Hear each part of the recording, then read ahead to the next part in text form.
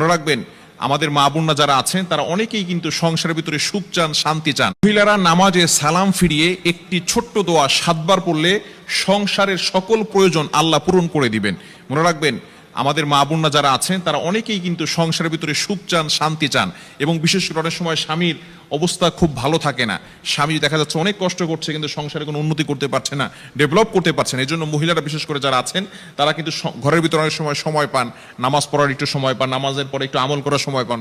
যেহেতু পুরুষরা বাইরে থাকে, সকালবেলা বের হয় আর অনেক রাত্রে চলে আসে, পুরুষরাও যদি পারেন এই আমলটি করবেন। 5 ওয়াক্ত নামাজ আপনাকে মাস্ট বি পড়তেই হবে।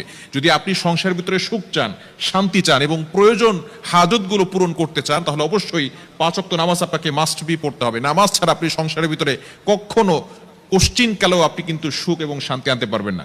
একটু বলেন তো সুখের মালিক কে? হ্যাঁ, সুখের মালিক হচ্ছেন আল্লাহ। তো ওই আল্লাহকে আপনি অখুশি করে কখন আপনার সংসারে সুখ আপনার সংসারে সুখ আনতে পারবেন না।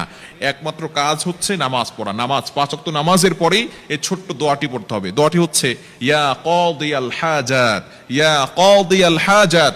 আপনি নামাজের পরে সালাম ফেরানোর পরে আপনি আল্লাহু আকবার পড়বেন একবার, আস্তাগফিরুল্লাহ 3 বার, এরপরে আপনি পড়বেন ইয়া কাদিয়াল হাজাত, ইয়া কাদিয়াল হাজাত, ইয়া কাদিয়াল হাজাত 7 বার পড়বেন। এভাবে যদি আপনি আমল করতে পারেন,